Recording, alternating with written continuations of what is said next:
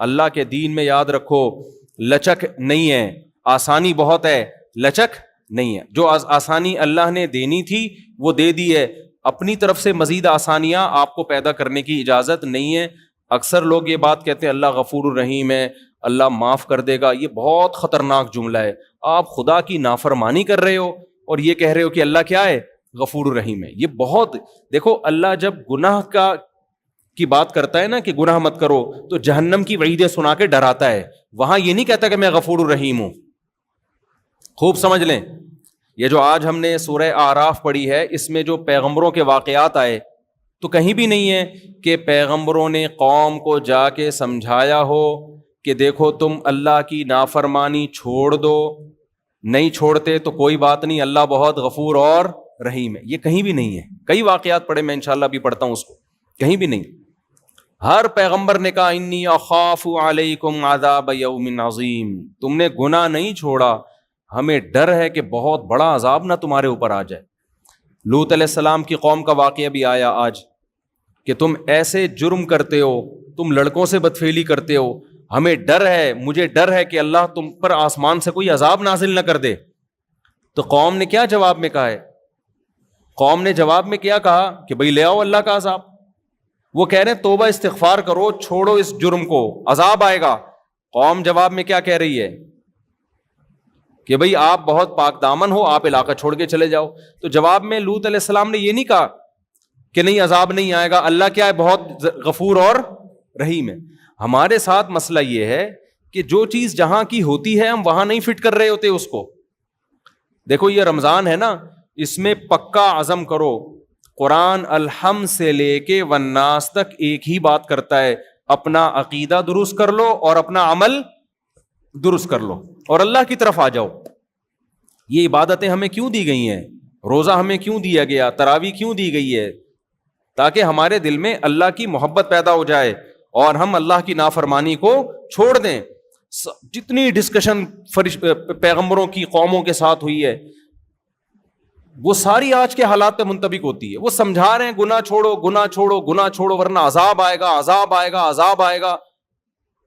اور آج آپ دیکھو جب کسی سے بات کرو گناہ چھوڑو عذاب آئے گا، وہ کہے گا بھائی اللہ غفور رحیم ہے، اللہ معاف کرنے والا ہے، تو کون ہوتا ہے؟ فوراً جواب میں کیا کہے گا؟ تو کون ہوتا ہے بھائی بات کرنے والا؟ اللہ ہے، میں جانوں، اللہ جانے، تو کون ہوتا ہے؟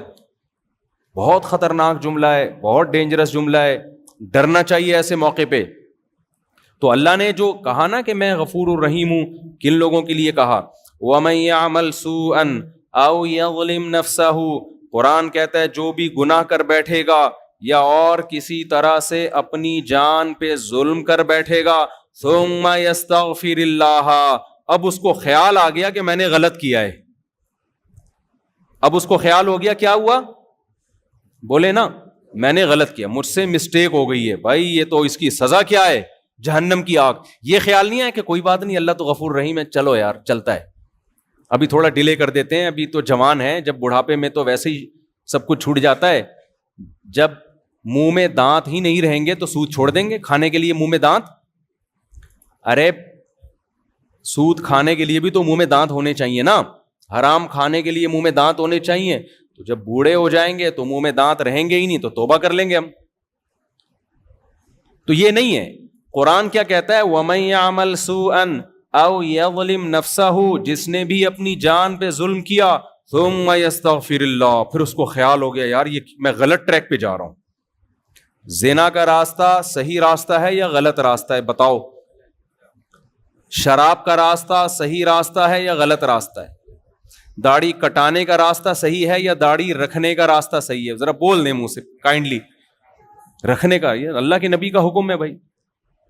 ماں باپ کی نافرمانی، ان کے سامنے بد کلامی کا راستہ صحیح ہے یا ماں باپ کے سامنے سر جھکانا، ان کے سامنے اف نہ کرنا، یہ راستہ صحیح ہے؟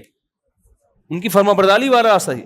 عورت کا اپنے شوہر کی نافرمانی والا راستہ کہ میرے وہی رائٹ ہیں جو آپ کے، آپ کون ہوتے ہو مجھ پر اونچی آواز سے بات کرنے والے، میں کیوں مانوں، میری اپنی لائف، آپ کی اپنی لائف، یہ والا راستہ صحیح ہے؟ یا عورت کہے کہ آپ میرے شوہر ہیں، میرے سر کے تاج ہیں، میں آپ کے ماتحت ہوں، میں آپ کی فرما برداری میں عزت اور فخر محسوس کرتی ہوں، یہ والا صحیح ہے؟ بتاؤ نا. خواتین جو بیان سن رہی ہیں کائنڈلی وہ بھی بولیں منہ سے. یورپ جو ہمیں راستہ سکھا رہا ہے, جو لبرل لوگ ہمیں راستہ سکھا رہے ہیں, وہ مرد اور عورت کی مساوات کا, بغاوت کا راستہ. ابھی میں سعودی عرب میں تھا, ایک صاحب نے مجھے واقعہ سنایا کہ میری بیگم نے مجھے کہا کہ مجھے جاب کرنی ہے. میں نے کہا تمہیں ضرورت کیا ہے بھائی جاب کرنے کی, سارے خرچے میں اٹھا رہا ہوں, کوئی کمی ہو تو بتاؤ. اس نے کہا نہیں, میری پرسنل لائف, انگلش تو اب سب کو آ گئی ہے, میری پرسنل لائف ہے, آپ کون ہوتے ہو مجھے روکنے والے. کہہ رہے ہم نے کہا بھائی میں نہیں, آپ کو کہیں جانا ہے تو بتائیے کیا ضرورت, کس چیز کی ضرورت ہے. نہیں جی بس مجھے یہی ہے کہ میں نے جاب کرنی ہے, میں اس گھٹن کے ماحول میں نہیں رہ سکتی. گھر کے ماحول کو کیا کہا جانے لگا ہے, گھٹن کا ماحول. گھٹن گھر میں نہیں ہوتی, جیل میں ہوتی ہے. گھر جیل نہیں ہے. دیکھو قرآن میں اللہ نے عورت جو پاک دامن عورتیں ہیں ان کے لیے محصنات کا لفظ استعمال کیا, مقیدات کا لفظ استعمال نہیں کیا.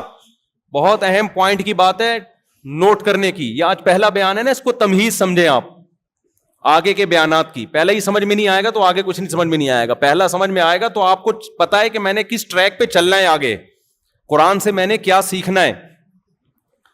اللہ میاں نے عورت کے لیے قرآن میں جو پاک دامن عورتیں ہیں محصنات, محصنات, شادی شدہ عورتوں کے لیے بھی محصنات, یہ لفظ نکلا ہے حصن سے.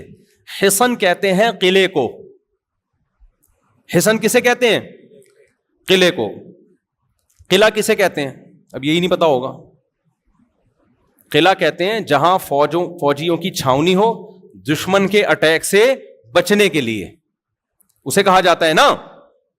اس میں آرمی باؤنڈ ہوتی ہے, فوج بند ہوتی ہے اس کے اندر, تاکہ باہر سے کوئی دشمن حملہ کرے تو ہم اس حملے کو روک سکیں.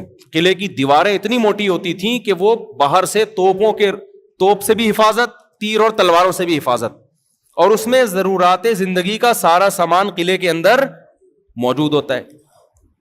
اس میں وہ باؤنڈ ہوتے ہیں, بند ہوتے ہیں.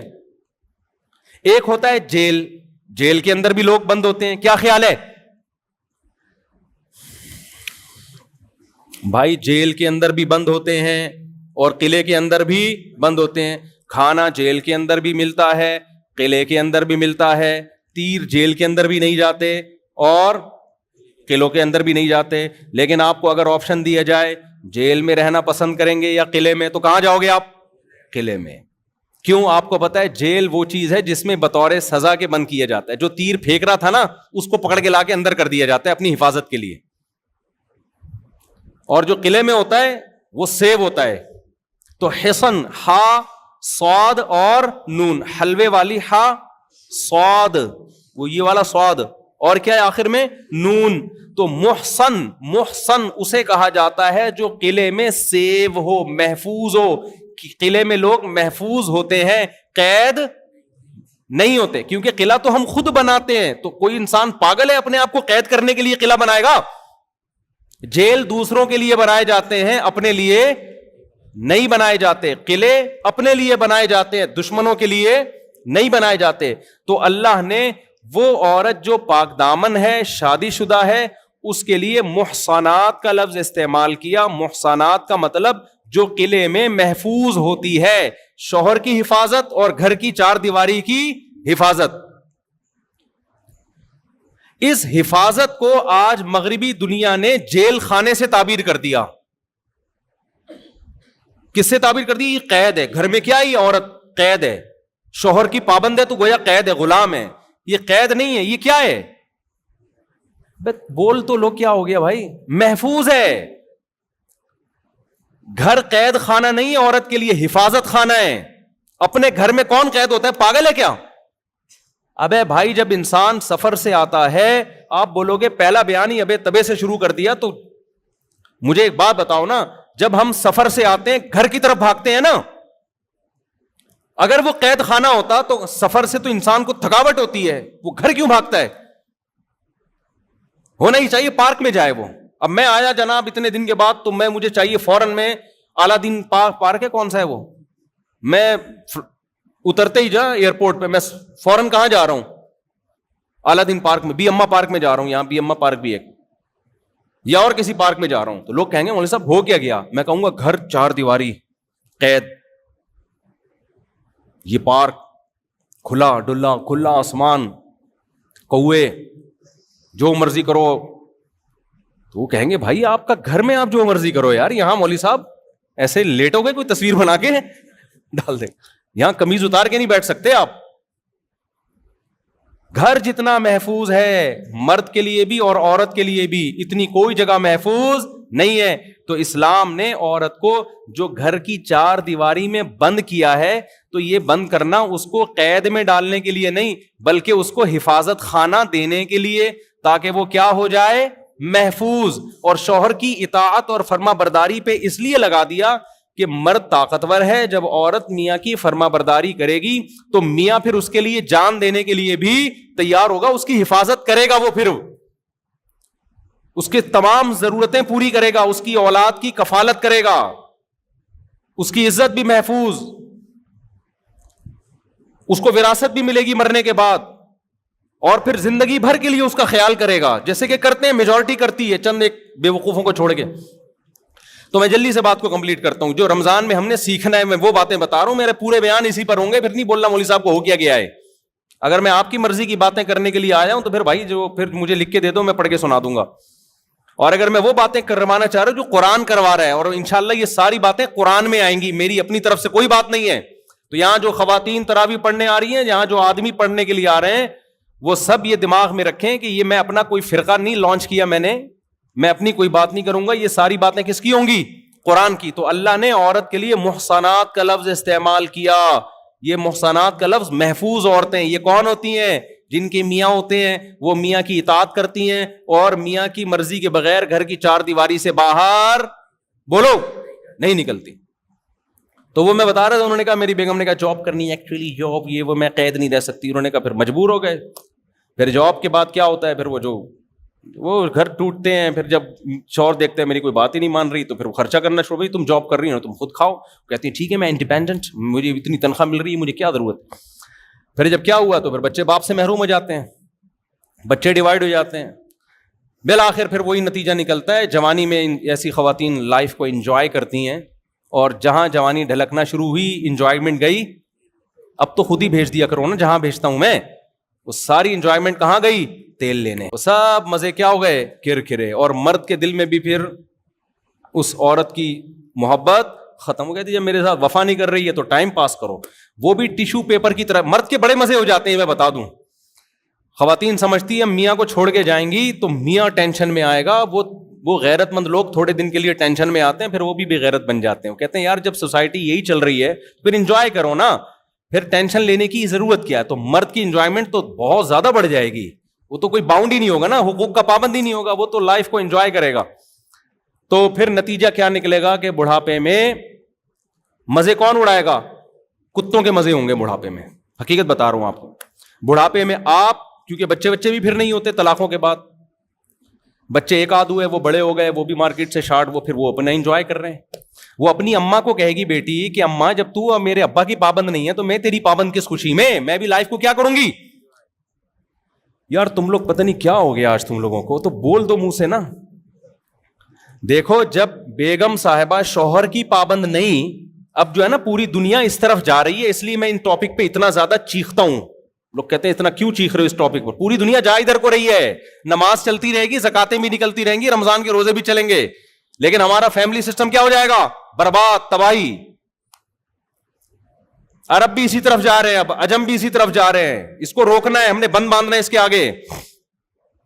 اس کے میں سائڈ افیکٹ بتا رہا ہوں آپ کو. تو پھر کیا ہوگا؟ اماں نے جب ابا کو چھوڑا، بچوں کے ابا کو، تو پھر بیٹیاں کیا کہیں گی؟ اماں جب آپ ہمارے ابا کی نہیں ہو تو ہم بھی کس کے نہیں ہیں؟ آپ کے نہیں ہو. تو پھر بڑا چھوٹا تھوڑی ہوتا ہے کوئی، پھر تو انڈیپینڈنٹ ہے نا. تو میں جا رہی ہوں، اپنی گرل فرینڈ میرا آیا ہوا ہے گاڑی لے کے، اماں ٹاٹا. ماں کہے گی بیٹا مجھ سے پوچھ تو صحیح. وہ کہے گی اماں آپ نے ابا سے پوچھا تھا؟ نہیں یاری بات سمجھ میں بولو نا. اگر یہ وفا کر لیتی نا اپنے میاں کے ساتھ، آج اس کے دفاع میں کون کھڑا ہوتا؟ باپ کھڑا ہوتا. مرد ویسے بھی پاورفل ہے، وہ کھڑا ہوتا، وہ نہیں جانے دیتا. خیر بہرحال وہ جائے گی، پھر آگے اس کا بھی یہی حشر ہوگا. تو بڑھاپے میں پھر کوئی کسی کا نہیں ہوگا، کیونکہ جب آپ جوانی میں وفا کرتے ہیں تو بڑھاپے میں وفا ملتی ہے. جوانی میں بے وفائی تو بڑھاپے میں بھی کیا بے وفائی. پھر بڑھاپے میں جب 40-45 سال بڑھاپا, یہ نہیں کہ 80 سال والا بڑھاپا, تھوڑے دن ہوتے ہیں جوانی کے ڈھلکنے کے, اس کے بعد نہ وہ طاقت رہتی ہے جاب کرنے کی. پھر وہ کمپنیاں بھی کہتی ہیں اب یہ کھانستا زیادہ ہے, کام کم کرتا ہے, ٹھیک ہے نا, یہ کھانسی اس کو زیادہ آ رہی ہے, کام کیا ہو رہا ہے, کم ہو رہا ہے, تو وہ بینیفٹس بھی آہستہ آہستہ کم. اس کے بعد آپ کے پاس پیسہ, بہرحال وہ بھی چند لوگوں کے پاس, سب کے پاس تو پیسہ بھی نہیں ہوتا, باقی تو روڈوں پہ رول رہے ہوتے ہیں, لیکن چند کروڑ پتی ہوتے ہیں. پھر وہ کہتے ہیں اتنا پیسہ آ گیا, بچے تو ہیں ہی نہیں, داماد بھی نہیں ہے, پوتے بھی نہیں ہیں, نواسے بھی نہیں ہیں, یہ تراویاں چل رہی ہیں ہماری, کچھ بھی نہیں ہے, اب ہم کریں گے کیا کریں گے. تو پھر مزے کس کے ہوتے ہیں آخر عمر میں, کتوں کے. پھر وہ خاندانی سا کتا خریدتے ہیں, وہ کہتے ہیں بچوں نے تو وفا نہیں کی, بیوی میری بھی وفا نہیں کی, عورت کہتی ہے شوہر نے وفا نہیں کی. وفادار ایک ہی مخلوق ہے جس کو وفا سکھانی نہیں پڑتی, اور اٹ از کالڈ کتا. وہ قدرت نے اس میں وفا کے سافٹ ویئر انسٹال کر دیے, کیونکہ انہوں نے تو وفا کی نہیں. کتے کو دیکھتے ہیں کہ یار بچے کو کھانا کھلایا تھا ہم نے بچپن میں, اسکول کی فیسیں بھری تھی, اس کی گرل فرینڈ ملی, ٹاٹا کر کے چلا گیا. بیٹی کو ہم نے کھلا پلا کے جوان کیا, خوب پڑھایا لکھایا, محبتیں دی, بچپن میں پارکوں میں لے کے گئے, جھولوں میں گھمایا, پیمپر کا خرچہ, اس تعلیم کا خرچہ, بچی کی شادی کی ٹینشن, برین ہیمریج سے ابا مر گئے یا مرتے مرتے بچ گئے, یہ بڑی ٹینشنیں اٹھائیں. لیکن جناب آج تو وہی یہ ٹاٹا کر کے نکل جاتی ہے, صحیح ہے نا. تو انہوں نے دیکھا ہم نے کتے پہ, ان انسانوں پہ اتنا خرچ کیا, رپلائی اس کا جو رسپانس تھا کچھ بھی نہیں تھا, اس کا آؤٹ پٹ کچھ بھی نہیں تھا. کتے کو ایک نوالا تو وہ لیٹ جائے گا آ کے, وہ کلابازیاں کھانا شروع کر دے گا, ایسا چاٹنا شروع کرے گا, آپ کہو گے یار کتا کیا ہے, بہترین مخلوق ہے. پتہ نہیں یہ مولوی لوگ کتوں کے اتنا خلاف کیوں ہیں. لہذا مزے کس کے ہوں گے آخر عمر میں, کتوں کے مزے ہوں گے, ان کو کھلایا جائے گا. ایک بڈھے نے بھی کتا پالا ہوا ہوگا, ایک بڑھیا نے بھی کیا پالا ہوا ہوگا, کتا.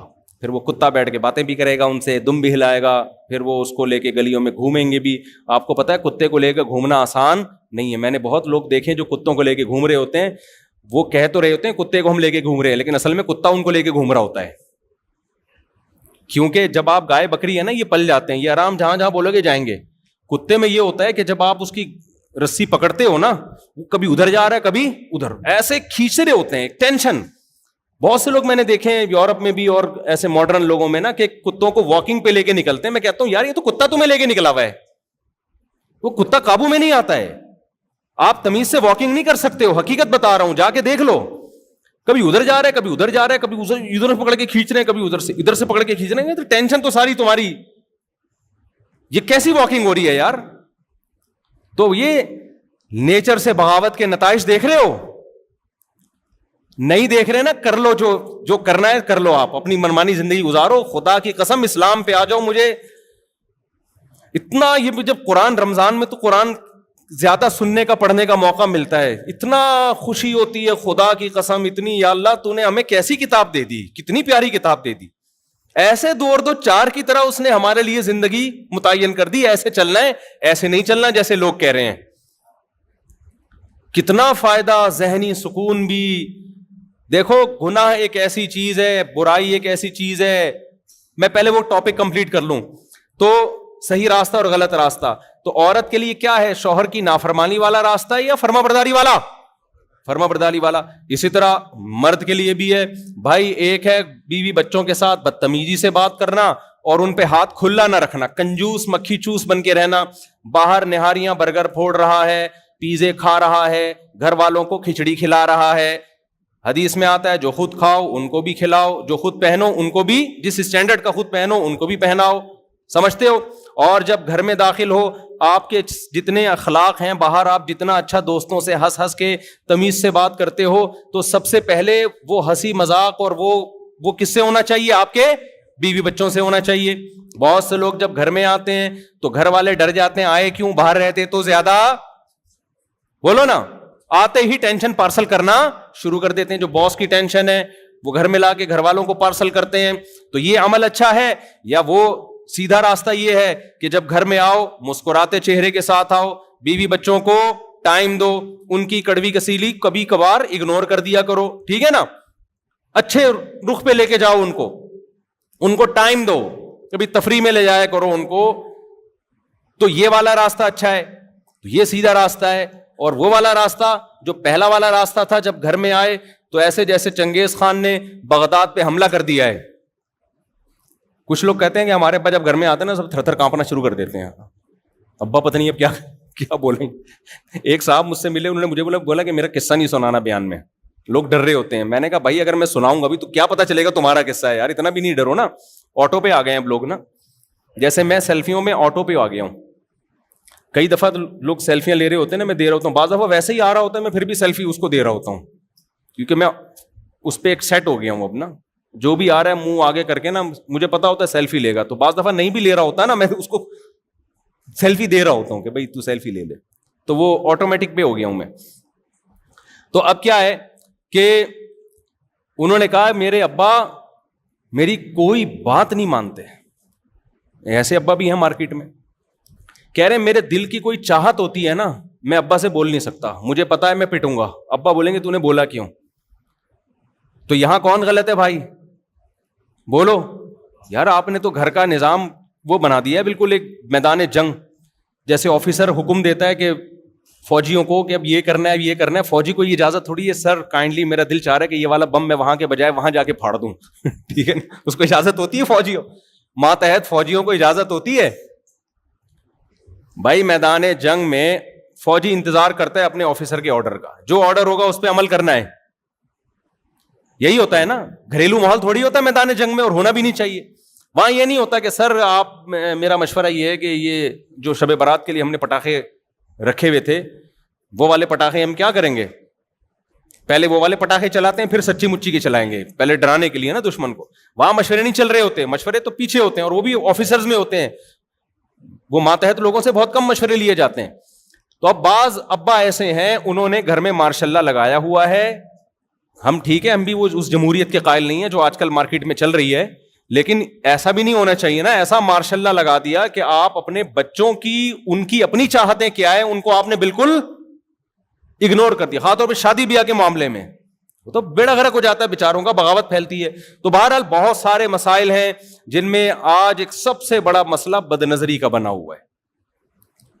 بے حیائی تو اتنی پھیل رہی ہے, انٹرنیٹ پر فحش فلمیں, پھر زنا کی طرف لڑکے جا رہے ہیں. زنا کو برا سمجھنا چھوڑ دیا ہے, لڑکیاں بھی زنا کی طرف جا رہی ہیں, کیونکہ جب دیکھ رہے ہیں نا, دیکھ رہے ہیں کہ انٹرنیٹ پر فحش فلمیں, برہنہ فلمیں دیکھ رہے ہیں کہ انہیں کچھ کوئی عذاب نہیں آ رہا ان کے اوپر. دیکھو یہ تو ایک ایک عورت باقاعدہ اپنی فلم بناتی ہے, لاکھوں روپے کروڑوں روپے کماتی ہے, 20 مردوں سے زنا کرتی ہے, اور اس سوسائٹی میں پھر بھی اس کی عزت میں کوئی کمی بولو نہیں ہوتی, نہ کوئی خدا کا عذاب آتا ہے. تو قرآن کہہ رہا ہے لوط علیہ السلام پہ عذاب آیا, فلاں قوم پہ عذاب آیا, تو یہاں تو کچھ بھی نہیں ہو رہا. تو یہ نارمل ہے, یہ پتہ نہیں ہم کیوں اتنے تنگ ماحول میں ہیں. پھر جس سے تھوڑا سا عشق ہوا, پہلے زمانے میں دوستیاں ہوتی تھی, گرل فرینڈ بوائے فرینڈ بہت کم ہوتے تھے, منگیتر ہوتی تھی. گرل فرینڈ بوائے فرینڈ کا تو تصور نہیں تھا, آج سے 15-20 سال پرانی بات کر رہا ہوں. منگیتر ہوتی تھی, منگیتر کے ساتھ بھی ناجائز تعلقات نہیں ہوتے تھے. لیکن اب کیا مطلب ہے, اب تو گرل فرینڈ کا مطلب یہ سمجھا جانے لگا ہے کہ گرل فرینڈ ہے تو اس کے ساتھ فزیکل ریلیشن ہوگا. کتنی بڑی برائی ہے زنا, کتنا گندا جرم ہے. رسول اللہ صلی اللہ علیہ وسلم نے ارشاد فرمایا, میں نے معراج کی رات کچھ لوگوں کو دیکھا, برہنہ مرد اور عورتیں ننگے جل رہے ہیں آگ میں. پوچھا جبریل سے یہ کون لوگ ہیں؟ جبریل نے بتایا یہ آپ کی امت کے زنا کرنے والے مرد اور زنا کرنے والی عورتیں. اتنا گندا, اتنا پلید گناہ, اور یہ کسی بھی قوم میں حلال نہیں رہا ہے. یہ تو اب تاکہ دنیا نے اس کو ماڈرن ہو کے حلال کر دیا ہے. نہ ہندو اس کے قائل تھے, نہ سکھ اس کے قائل تھے, نہ عیسائی اس کے قائل تھے, نہ چائنا والے, نہ جاپان والے, کوئی بھی قائل نہیں تھا اس کا. یہ ایسا گندا عمل ہے کہ اس کے لیے مذہب کی ضرورت نہیں ہے. انسانی نیچر اس عمل کو کیا کہتی ہے. دیکھو جب سے انسان دنیا میں آیا نا, اس نے 2 طرح کے لوگ دیکھے, ایک گدھے گھوڑے دیکھے اور ایک مہذب مخلوق دیکھی. مہذب مخلوق کو جانوروں میں ہی دیکھا, پیئرنگ کر کے رہتے ہیں, جوڑے بنا کے رہتے ہیں. اور گدھے گھوڑوں کو دیکھا کہ ان کے آپس کا صرف ایک فزیکل ریلیشن ہوتا ہے, اس کے علاوہ کوئی ریلیشن نہیں ہوتا. شروع سے انسان کس سے نفرت کرتا ہے؟ زنا سے. آپ ماضی میں جائیں نا, زنا پر جو قومیں سزا دیا کرتی تھیں وہ سزا بہت سخت ہوتی تھی. اسلام میں تو ہلکی سزا ہے, 100 کوڑے مارو. اور اگر رجم کی سزا ہے تو اس میں بھی گواہیوں کی شرط اتنی لگا دی کہ 4 گواہ, اور پھر وہ ایسے گواہ, بہت مشکل سے وہ سزا نافذ کی جاتی ہے. لیکن آپ اگر دوسری قوموں میں جائیں گے نا, ان میں کسی نے زنا کر لیا ماضی میں, اس کی ایسی عبرتناک سزا ہوتی تھی کہ آج تصور نہیں کیا جا سکتا. حالانکہ وہ مسلمان بولو نہیں تھے. تو یہ اتنا گندا عمل ہے کہ یہ تو قرآن نے حرام نہ بھی کیا ہوتا تو بھی انسانیت کے لیے یہ ایک بدنما داغ ہے, دھبا ہے. انسان کا ضمیر ملامت کرتا ہے, وہ کہتا ہے میں غلط کر رہا ہوں. تو ان تمام جرائم سے بھائی رمضان میں کیا کرنا ہے؟ بولو نا, توبہ کرنی ہے.